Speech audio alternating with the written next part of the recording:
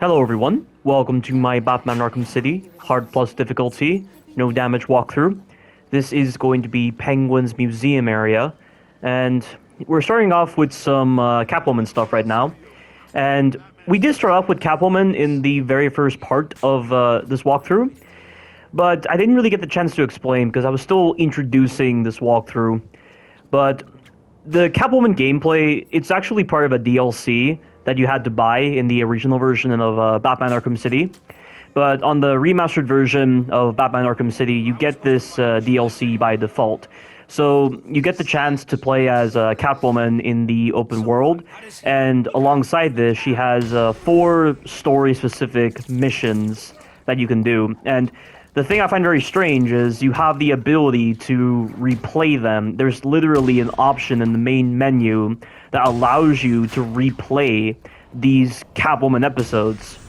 So they clearly have the capabilities necessary to implement some kind of restart level format, or at least give you some kind of chapter select system, but it only applies to this DLC. And I'm guessing that was only the case because this was DLC, not something that was actually integrated into the game naturally.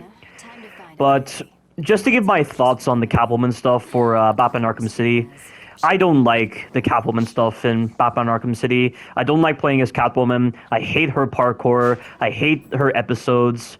Like, nothing that the Catwoman DLC does in this game feels serviceable for a product, and none of it feels like it contributes in any way to the main game. All of it just feels like a distraction. And when talking about gameplay, Catwoman is so inferior to Batman in so many ways. She plays like shit in combat. She doesn't have a lot of gadgets at her disposal. Her Predator encounters are very dull, and you can't really be experimental in her Predator encounters because of the lack of options at her disposal. And the Predator encounters that you do get into in the Catwoman episodes, there are 2 of them in Batman Arkham City, and they aren't that interesting. And because of the lack of options at your disposal when it comes to Catwoman, it's hard to be experimental in those Predator encounters. And you'll just be taking one solution in order to actually do those encounters, because if you try anything else, you'll get punished for it severely. And right now, we're just trying to get to Poison Ivy's lair, and this is where the second episode of Catwoman will end, once we actually do this mini boss fight with Poison Ivy, which is not really a boss fight, it's just dealing with a bunch of henchmen using Catwoman's very crappy combat. And you know how I mentioned that Batman has a lot of slow animations? Well, Catwoman's animations are way slower, and she's a lot more flashier than Batman, which is why you'll be seeing me utilize the bolas a lot. And I don't understand the implementation of the bolas into the combat. Like, they behave very similarly to the Batarang, but with the Batarangs, when you're playing as Batman, you just tap L2 in order to use them. But with the bolas, you have to press L2 and square in order to use them, and it doesn't make any sense. They're not some equivalent to the explosive gel. They're supposed to be the equivalent to the Batarang, and instead, what's tied to L2 is her whip, and her whip is so slow, and she's vulnerable during the entire animation, and it feels like the Batclaw equivalent. So why is it not mapped to L2 and triangle? Why is it mapped to L2 when it's not even on par with that of the Batarang? Why are the bolas mapped to L2 and square and not L2? And it just leads to a lot of confusion the first time you're playing as her. It makes no sense. There's just some very strange design choices that they decided to favor with Catwoman. And also, she's very limited in her combat ability. She doesn't have the seek and destroy technique that Batman has. She doesn't have any kind of multi-ground takedown. She doesn't have any other interesting ability to, like, stun enemies. I mean, she does have her whip attack where she rolls on the ground and she uses her whip to knock over enemies, but the enemies aren't knocked over that much, and they recover very fast. And then she has another ability where she'll just whip at random, like, different enemies, but sometimes it can miss, and other times it hits a lot of enemies, and the damage is pitiful. It's so bad. Like, her moves are so limited, and just the utility with them, none of them are practical in the slightest, which is why you're just going to be seeing me utilize her bolas in order to knock over enemies and build up my combo and not deal with any of her flashy animations. Because just look at how long she evades during these animations. Look at how slow she is when she's attacking, when she's in the free flow combat.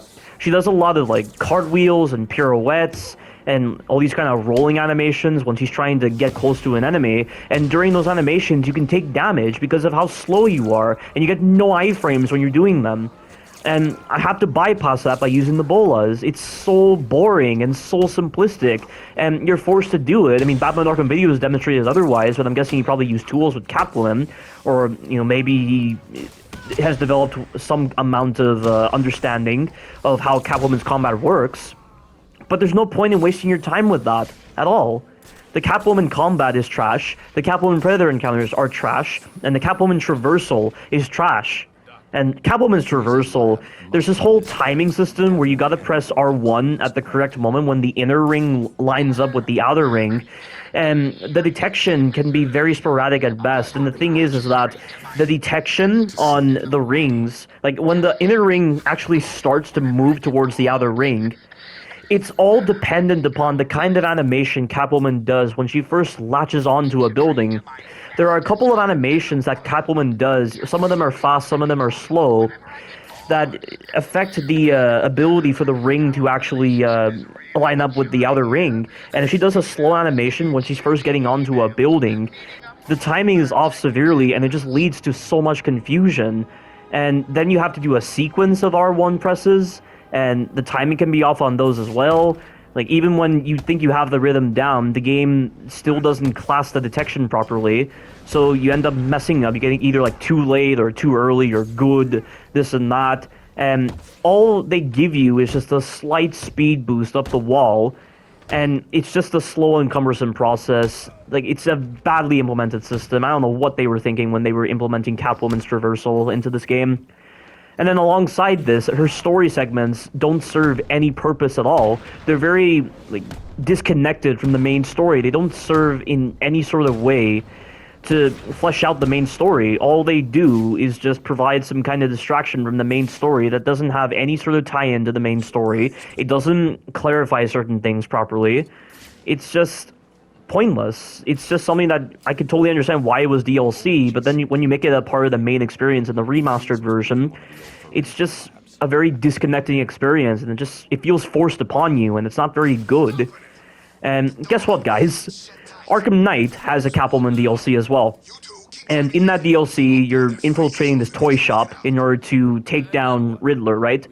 Well, guess what? They didn't change Catwoman in the slightest. She still has the same problems that she has in Batman Arkham City with her combat scenarios. Her Predator stuff is just very, very dull, and she has very limited gadgets once again. They didn't change anything at all with Catwoman. She does nothing different to how she is in Batman Arkham City, and that is just pure laziness on Rocksteady's part. And it's just indicative of a rushed DLC.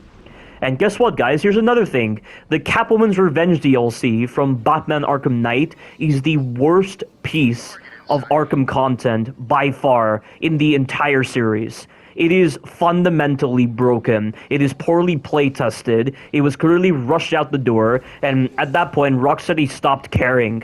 When they're going to put in a combat scenario where you're forced to limit yourself and you're forced to be so reliant upon critical strikes, and then you're at the mercy of whatever direction Catwoman chooses to go, you're at the mercy of whatever animation she chooses to do, and then you have electrified floors that can actually damage you during takedown animations, and there's no telling if Catwoman chooses to prioritize the wrong guy, and so you try to do a takedown animation, and she does it over the electrified floor, and you're taking damage the entire time, and her gadgetry is so limited. She doesn't have the best gadgets for dealing with robots whatsoever.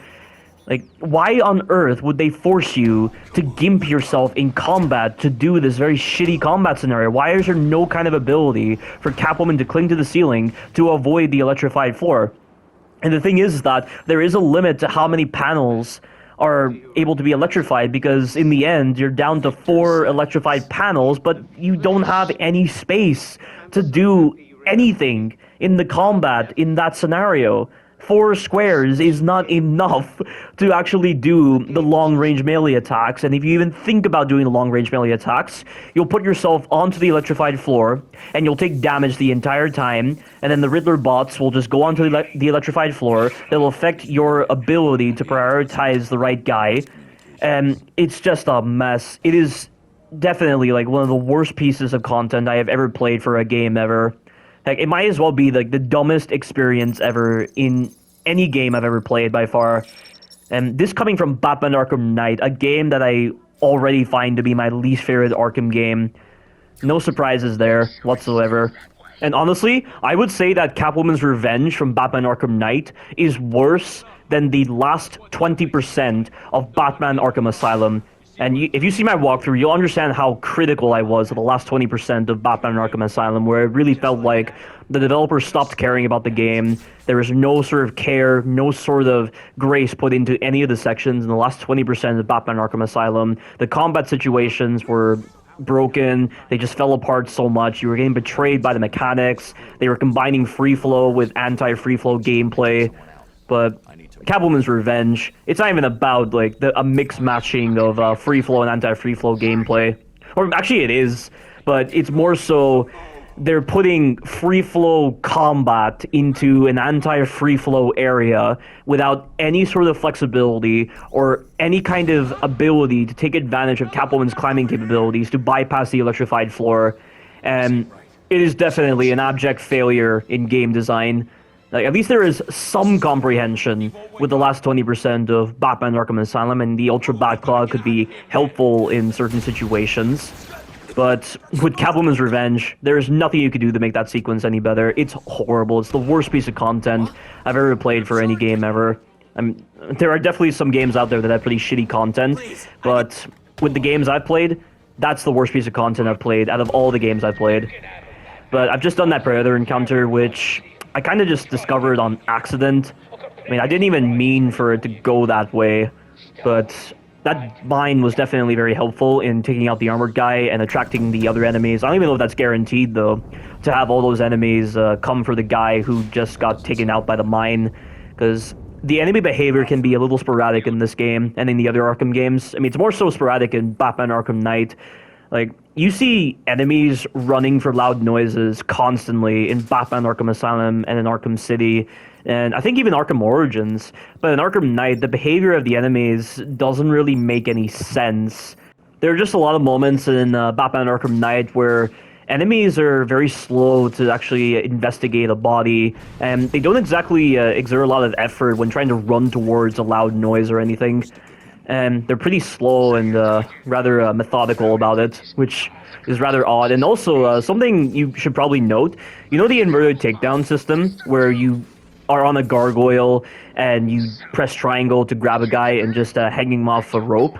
Well, in Batman Arkham Asylum, City, and Origins, enemies can actually see you when you're doing the inverted takedown, and they will shoot you when you're in the animation. But in Batman Arkham Knight, for some reason, when you do inverted takedowns, enemies can be looking at you, but they do not respond. You can even see their heads turning in your direction as you're trying to ascend the rope back up to the gargoyle, and they will never ever shoot you. It is so strange that they could miss something like that in the actual QA testing of Batman Arkham Knight.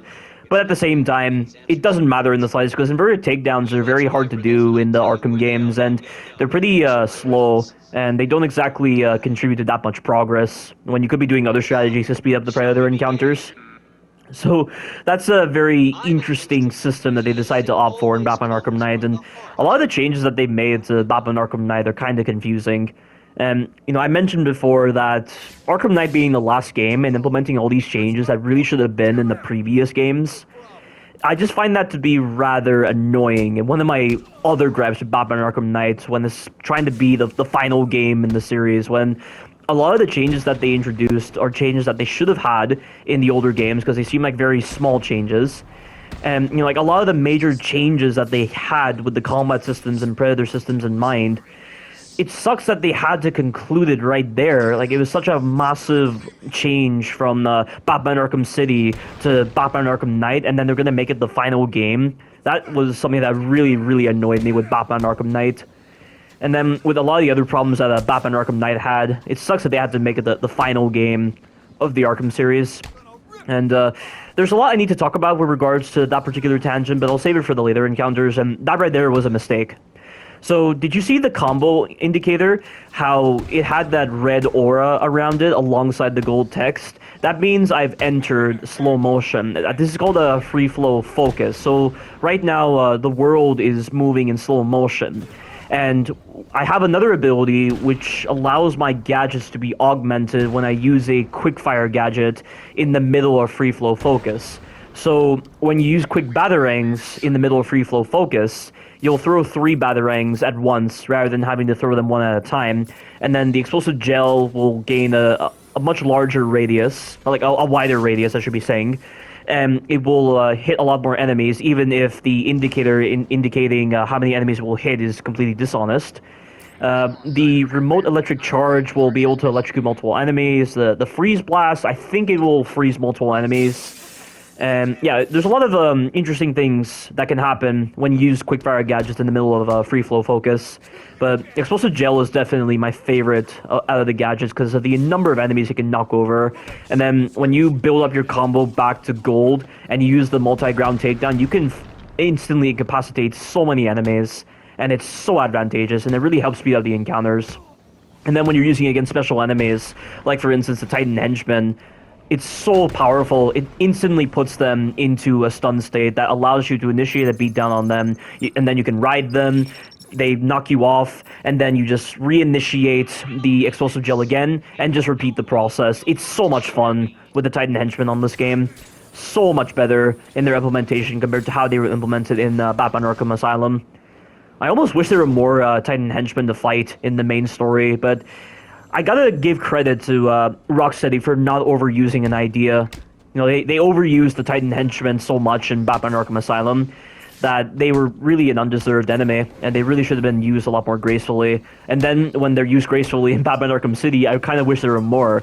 You can fight more in the challenge maps, but that's not really where I would base my critique. Like, the challenge maps are one thing, but the actual story is where a lot more intelligence is displayed on the developer's part. Oh, that right there, that's the blast radius of the explosive gel without the free flow focus. That is a very pitiful detonation, and the enemies aren't stunned that long when you use the normal quickfire explosive gel. Using the quickfire explosive gel with the free flow focus will allow you to stun enemies for longer, and a lot more enemies will be stunned in the process, which is very reliable. But you'll notice that I'm interacting with payphones in the area when I get the chance. That's the Zaz side mission. So randomly out of the blue, a payphone can be ringing, and if you answer it, Zaz will give you a challenge where you need to answer another payphone across the map within a certain time limit, otherwise Zaz will kill one of the hostages. And that's one of the side missions that I wasn't able to do by the end of this game. That was one of the side missions that I just chose not to do, and I really wish there was an ability to just skip all that nonsense and just immediately incapacitate Zaz if you know where it is. Like, if you know where he's hiding out, you should be able to go in there and just take him out. That would be, like, dynamic gameplay. That would be, like, incredibly engaging for the player. And you would not have to waste time with this grinding of just looking for payphones everywhere. And, like, the only thing that's stopping you from even going into Zaz's hideout is a locked door, but the locked door is magically unlocked when you immediately triangulate his location. And it's a really dumb artificial wall. It's rather bizarre that they would implement it like that. Like, if they actually offered a lot more flexibility, and, you know, they actually allowed you to get it done quickly, that would make a lot of sense. I mean, it's not like there's anything in Zaz's dialogue that is that crucial to understanding and that they follow up in the later games, because Zaz doesn't return in the later games. Nothing he says in the dialogue that you're getting with him is that crucial. Just let us go to his hideout and deal with him. That would make so much more sense. It would be a lot more immersive, it would be a lot more dynamic, and it would just be a lot more flexible and wouldn't be so rigid. And there are definitely some side missions in Arkham City and in Arkham Knight that I really wish you had the ability to just go to these buildings and just deal with the enemies, or deal with these bosses, or deal with these supervillains, like, in a way that didn't feel so forceful.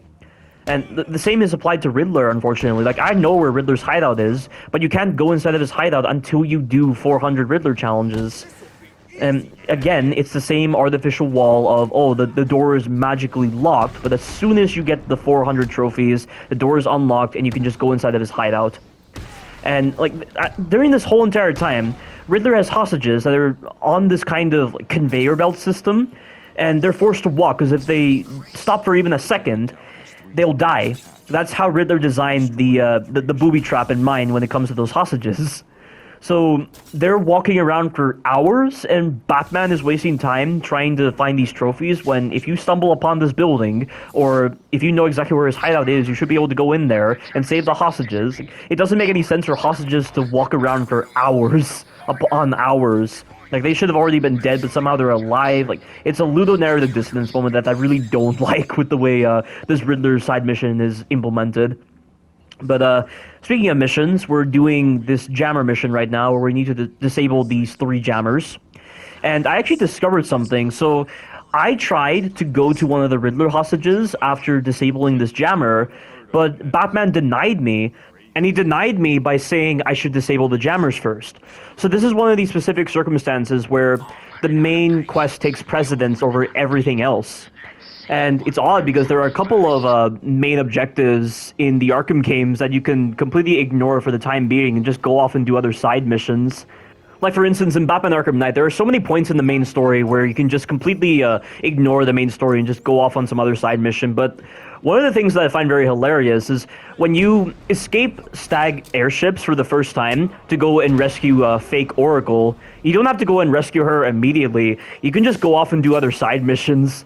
Like, I just completely ignored fake Oracle, and I just went off to do the APC side mission for the time being. And there was no kind of forcing on the game's part to make me go after fake Oracle. I was just able to do these other side missions and just get all this dialogue that was completely incongruous with the very nature of this kind of hostage situation. And that to me is just a very funny thing, and it's just a common trait with open world games. And I mean, I already talked about Naughty Dog mocking that whole idea with someone being in trouble, but you just go off and do like 10 side missions. And there's no kind of consequence because it's treated like it's a floating timeline. And a floating timeline is where essentially events are happening all at a single point in time. So there's no sort of like adjustment to time whatsoever. It's like with Pokemon, for instance. Pokemon is a floating timeline series where Ash never ages. He's always 10 years old throughout the entirety of the Pokemon series. That's what I mean when I say it's like a floating timeline, where events are happening, but it's not something that actually contributes to time. It's all happening like independent of time, basically. That's what a floating timeline means, and that's what it feels like with these open world games. And that's why it's oftentimes a little hard for open world games to really establish a very focused story. And, you know, that's why linear narratives are oftentimes a lot better. Like, that's why Resident Evil can be as good as it is with certain parts of its story, or like with Last of Us, or with Evil Within, because they're linear narratives. Because they're linear and there's no sort of distractions from the main story, you're able to get a very focused narrative. And that's why linear games tend to be a lot better when it comes to storytelling. I mean, some people will disagree with me on this.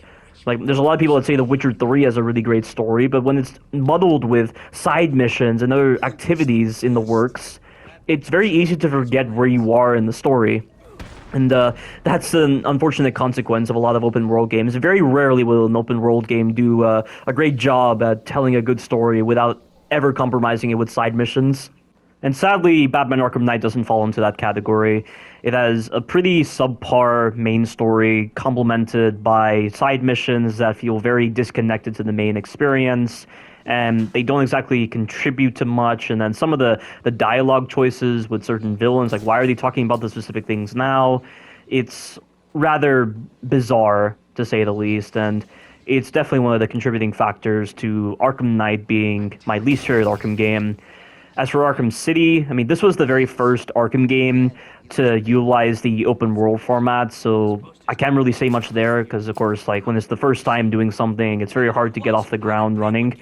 But Arkham City has a pretty short main story with side content that is only, like, suitable and actually bearable on New Game Plus, but on the original New Game, it's not that good.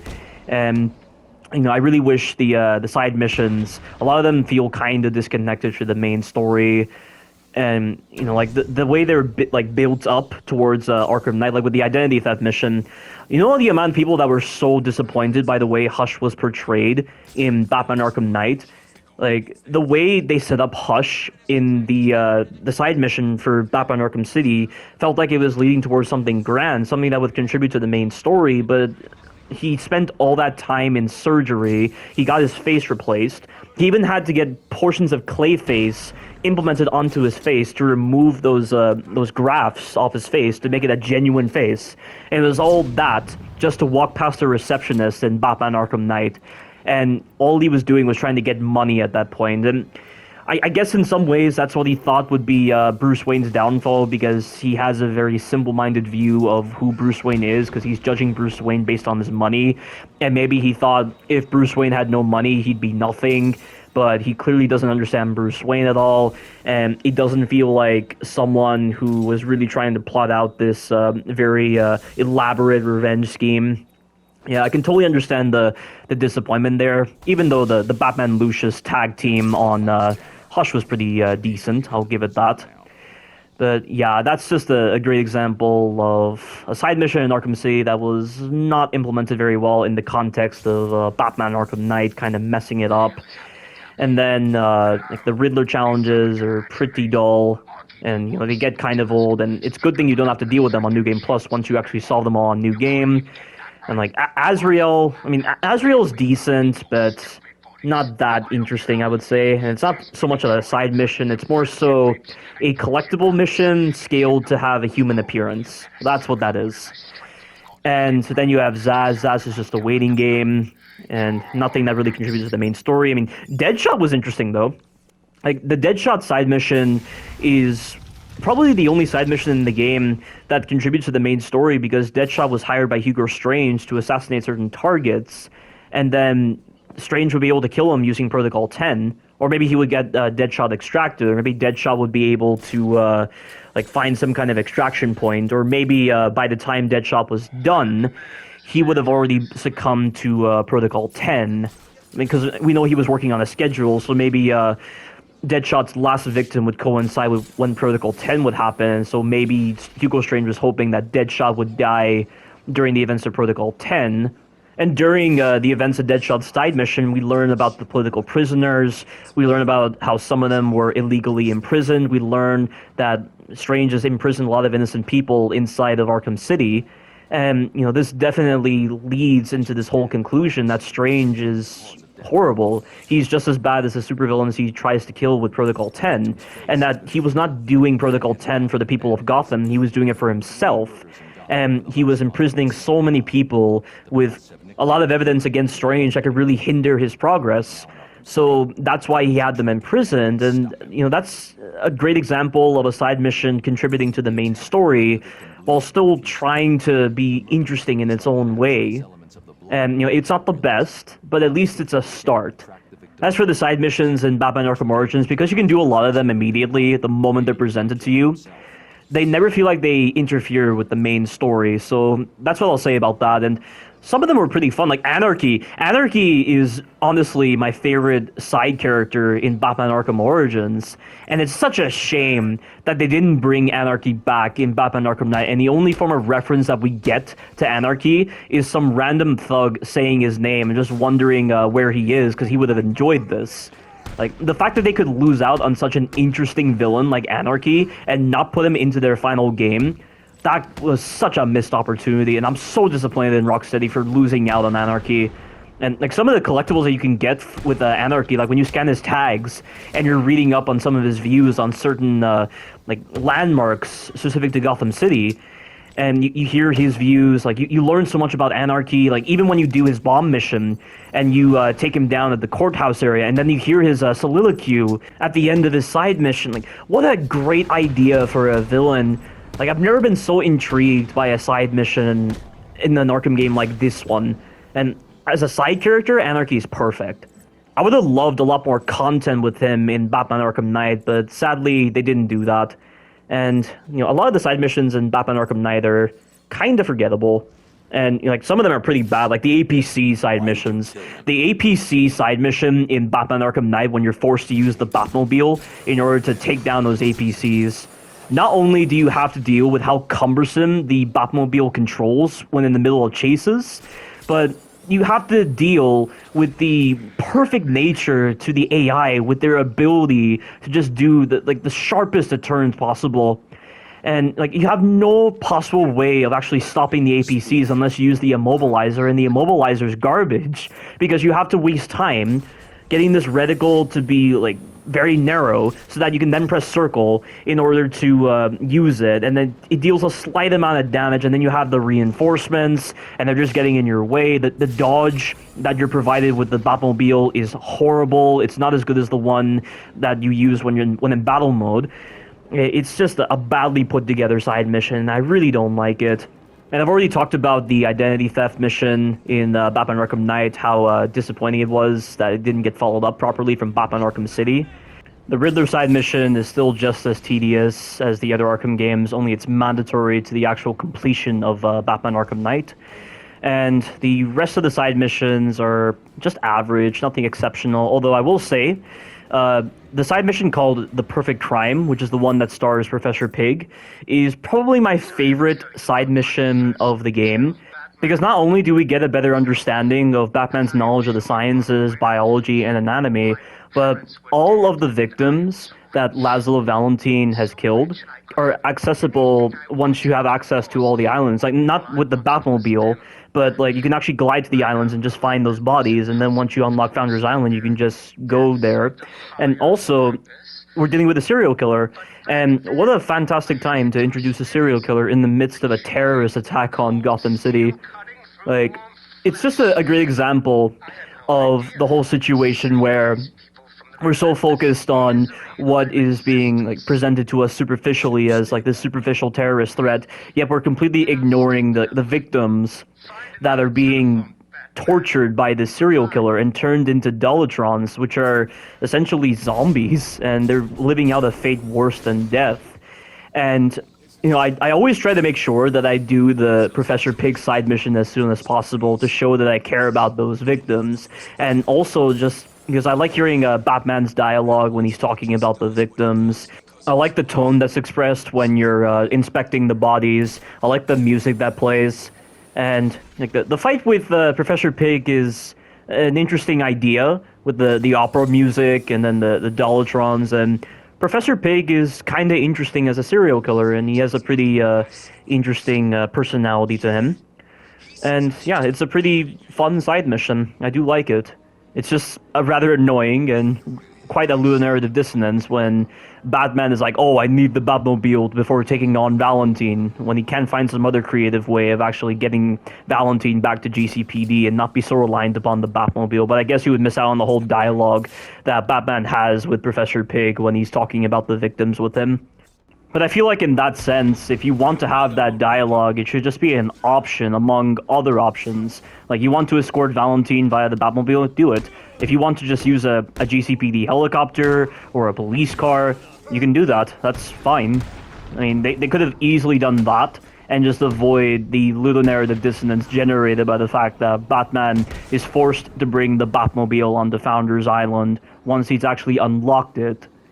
And funny thing about that, I saw somebody demonstrate an exploit to actually get onto Founders Island early, like actually get the Batmobile onto Founders Island early. And they were demonstrating this when showcasing the Riddler side mission involving Divinity Church, which is in Founders Island. And I imagine that's not going to be a good idea because he said it'll lead to soft locks, which I can totally understand that being a thing. But I wonder if it would be a soft lock if...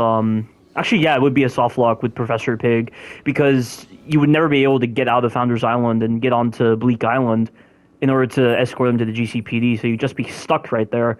And you can't exit the Batmobile when you're escorting prisoners like that. So, yeah, that's definitely not a valid solution to that problem.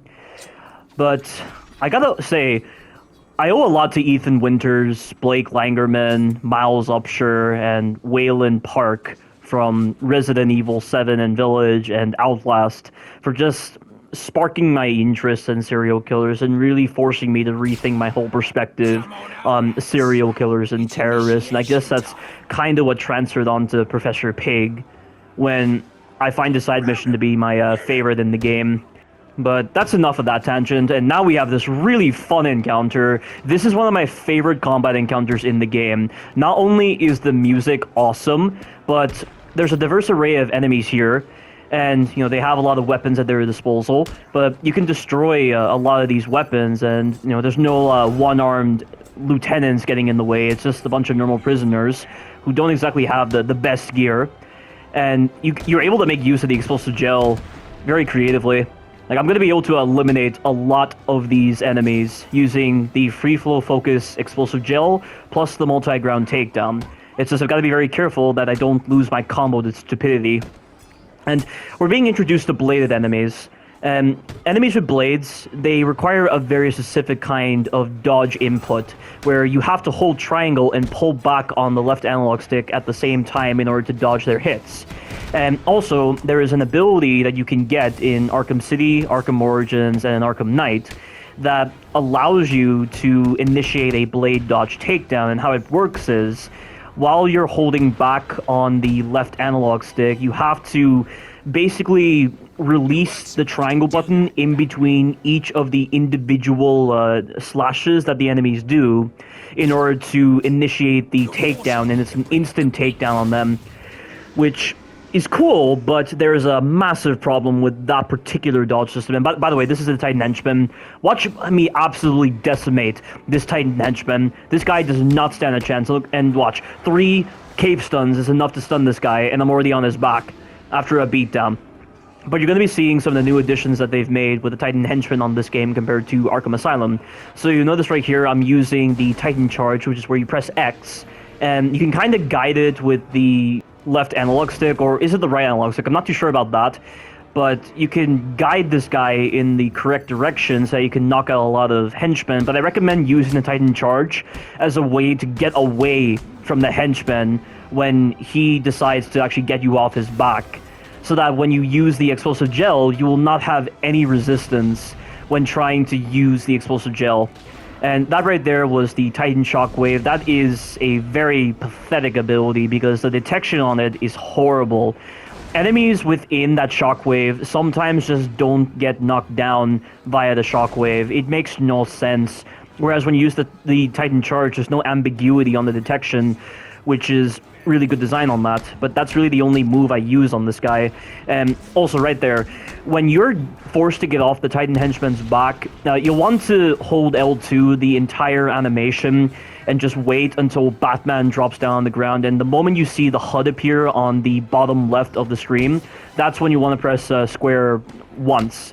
Only once, because if you mash it too much, you'll accidentally do a strike attack and Batman will lose the combo, which is a problem. And, once you do the detonation of the explosive gel, the Titan Henchman will be stunned because you're within range to actually stun the guy with the explosive gel, which is awesome. And you can reinitiate the beatdown and just repeat the process, and he goes down very quickly. Like, that is how the Titan Henchman should be. They shouldn't be nuisances. They should be very fun enemies that complement the free flow combat. And so what if they go down easy? Like, I have the upgrades at my disposal. I have the creative mind to even have the thought of using the explosive gel like that. Reward me for being creative like that. That's the whole point of an upgrade system that's done well, and that's the whole point of rewarding skillful play, not patience. Not like the kind of runs that Tynard does, where he's embracing like stupid runs that are completely impractical to do, and they just drag out the game and they don't show any skill whatsoever. But this is incredibly skillful, and the fight is about to end very shortly, and we have just done one of the best combat encounters in the game. And funny thing, there's actually a very similar combat encounter near the end of the game, in the last part of the Steel Mill, where you're fighting Joker, or rather fake Joker, a couple of his henchmen, the one-armed lieutenant, and the Titan Henchman. And I failed that sequence so many times when it came to no damage because of really stupid issues. But some of it was my fault, don't get me wrong. But I don't know how I made so many mistakes on that particular combat encounter, because it's intrinsically the same thing, but I guess it's because of the one-armed henchman, because that guy is very, very deceptive. Like, his ability to do these very slow slam attacks that take so long to do that it almost looks like he's not doing anything, so you just easily get flustered by that, or you accidentally attack a henchman or himself, and he just hits you with that attack. Rather obnoxious. Like, that enemy is really, really annoying. And then he also has a jump attack, and The detection on the jump attack is horrible. He has managed to hit me without touching me, and it's not a shockwave that is generated by his slamming of the ground when he does his jump attack. He literally hits nothing, and I take damage. It is so bullshit. I will have bloopers saved of that combat encounter when I showcase the problems with the one-armed henchman.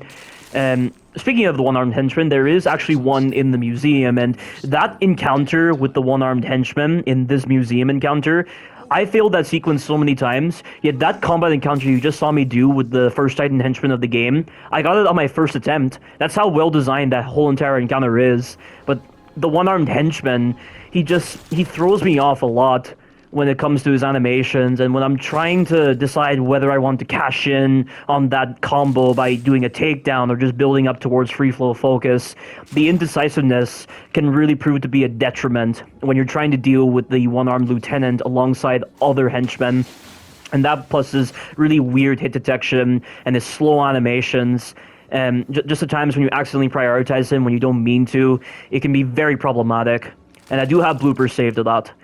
But we just have this really slow moment right here where we're trying to use this raft to rescue these officers. And can I just say it's great that you have access to the line launcher immediately on New Game Plus, so you can just completely skip out on this whole process of just moving as slow as possible on the ice just to achieve progress. Like, this is exactly what New Game Plus should be. You should be able to change up the experience drastically like this. Like, remove all these tedious moments by introducing these kind of gadgets to us immediately. And also, I've left in this little dialogue right here, but there's something quite wholesome whenever I hear a police officer call Batman Sir. It really goes to show how much the police officers forget that he is a vigilante and he doesn't work with the police force. But at the same time, when they call him Sir and they're demonstrating that level of respect, it feels very wholesome to me. And there's that level of respect towards Batman really says a lot about like the kind of influence he has, not only on the criminal element, but also with the police officers and the good side of the law. It's one of the things that I really like about Batman, and he's why he's my favorite DC superhero, because his influence, even though he doesn't have any powers, and just his notoriety, just the way it presents itself in the criminal element and with the police officers, it comes across as powerful and impactful in a way that is very subtle. And it's something that I really appreciate, and they really did wonders with Batman when it came to that department in this game series. But like I said before, it still doesn't change the fact that Batman's a very one-dimensional individual when it comes to his crusade on crime, and he doesn't really consider a lot of the ways crime is generated, or how you properly counter crime with community engagement and the like. And that's what makes Batman more so a vigilante rather than a superhero, because a superhero is more engaged with the community. Whereas in Batman's case, with his vigilante status, he doesn't really do what he does in service of the community. It's more so that he sees evil and he wants to challenge it himself. That's how it comes across more so with Batman rather than with Spider-Man, for instance. But I'll talk more about this point and really clarify what I mean when I get the chance. But right now we have this combat encounter that I failed so many times compared to the Titan Henchman combat encounter, which doesn't make any sense because, you know, there's a lot more enemies in that encounter, but, you know, putting these kind of special enemies together really screams disaster.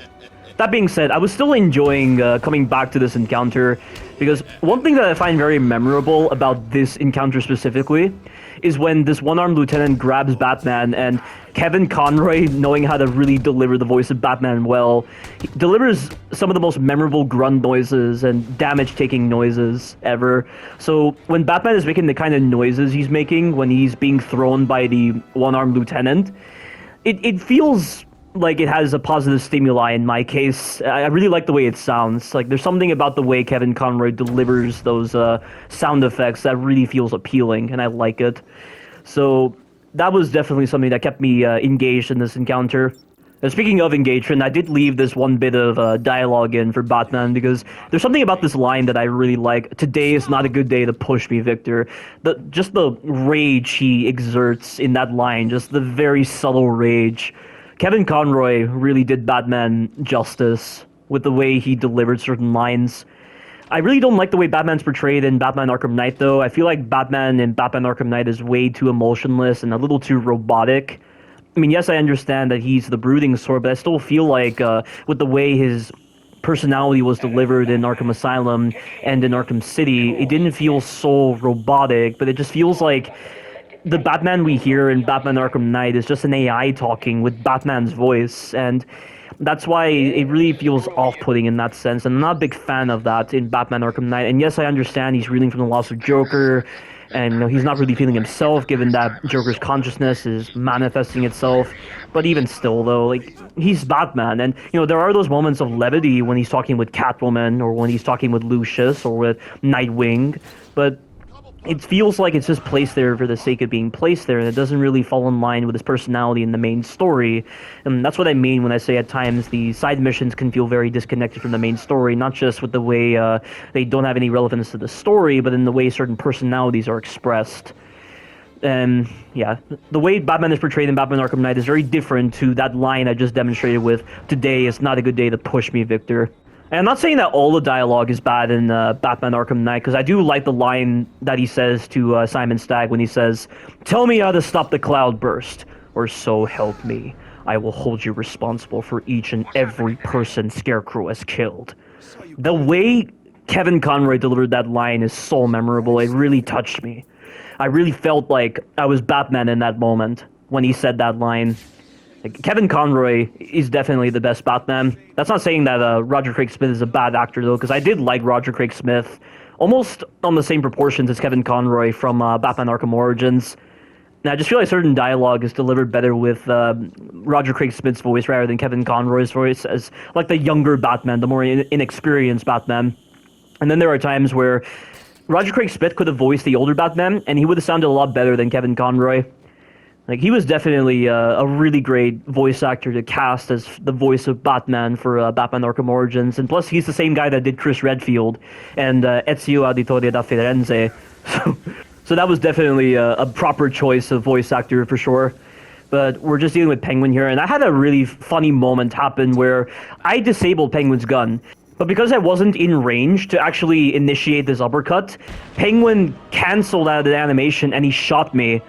I have it saved as a blooper, and it's really silly.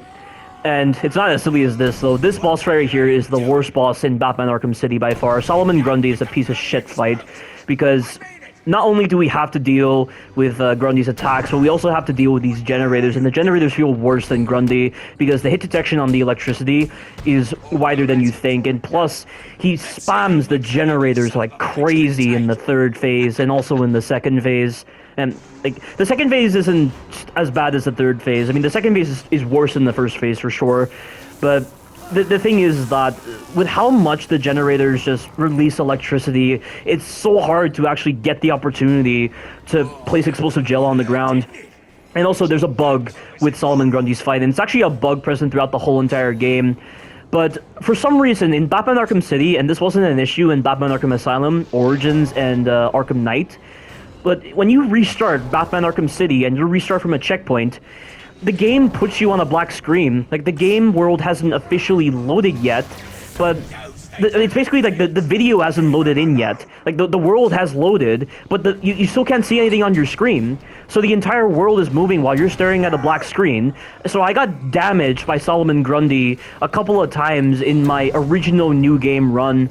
And I didn't experience it this time because apparently on New Game Plus, and I didn't know this was a thing, they removed some of the checkpoints that appear in Solomon Grundy's fight. So every time I had to restart Solomon Grundy's fight, it would always put me back at the beginning of the first phase, which is good design. That was one of the few times where I could actually appreciate the lack of checkpoints, because I didn't want to restart and just go back from the middle of the fight just because of a silly issue I encountered with Solomon Grundy. But it's just a very cumbersome fight. It's an anti-free flow fight. The electricity lasts way too long. He spams it like crazy. It has really shit detection, and you can't do anything creative like this. So I try to act smart right here, and I try to place explosive gel prematurely on these generators so that when the fight starts, I can just immediately press L2 and square and just detonate all that explosive gel to just end the fight immediately. Nope, it cancels out my explosive gel during this cutscene. That is so fucking bullshit. It's really bad. So much for me actually being engaged with the game, right? They wanted to destroy all sense of player engagement and actual smartness by just removing the ability to end this third phase prematurely. And this third phase is horrible because the electricity lasts for such a long time. It has very shit detection, and you're at the risk of Batman doing this evade animation. Like, this evade animation always has the same range, and it has a lot of iframes, don't get me wrong, but the thing is that if you evade incorrectly, it's very easy to be hit by Grundy. And also, I find it rather obnoxious that you don't have the ability to quickly place 3 explosive gel on the ground. The moment you do the quickfire explosive gel, you only have the ability to detonate it. You can't immediately do another placement of the explosive gel like quickly. You have to do the very slow placement of the explosive gel after you do the L2 square to actually place the explosive gel on the ground, which is rather dumb for this kind of fight. And every time you destroy a generator, these maggots will appear, and you have to get rid of them. You have to kill them using your batarangs. And once that's done, you need to make sure that you're dodging Grundy's wrecking ball very easily. And always make sure you're dodging towards Grundy, because most of the time, and I think it's actually all the time though, the wrecking ball is always going to be right in front of you, like in between yourself and Grundy. So when you dodge into it, you can actually dodge the moment it hits the ground, rather than having to wait for the shockwave to appear, because if you accidentally dodge away from the wrecking ball, the shockwave will hit you most likely if you don't get hit by that shockwave during a period of iframes. And we have just incapacitated Grundy. Of course, in this case, we actually killed him, which is a substitute for incapacitating him, given the fact that he's a zombie reanimated by Lazarus. And we're going to deal with Penguin now, and just run like how I'm doing it, and try to make sure you don't get hit in the face by a grenade when you get close to Penguin. And he is down, and now we have a couple of bloopers. And this first set of bloopers showcases my problems with the one-armed henchman. So that right there, I got iframes during the takedown animation, that's good. But right here, he registered where I was when I attacked that guy, and I went back to him, and his animation was so slow that he was able to hit me. And this is me getting hit during the counter animation. That is completely fucking bullshit. I hate that. And here's some silly stuff with Penguin. So watch, I think I'm in range to do the strike, and Penguin just cancels the animation somehow, which makes no sense, and he's able to get a hit out of me. That is very cheesy. But not focusing on that, why on earth should you be able to do a counter animation and take damage during it when you're going to be giving this guy the ability to do an attack animation that he's doing before you've even done the counter animation, and he just hits you during it? It's stuff like that that really forces you to limit your options in combat when dealing with the one-armed lieutenants in Batman Arkham City.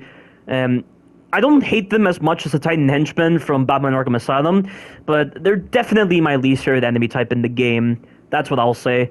But that's all I have to show, so stay tuned for the future videos. Thank you all for watching, and you take care now.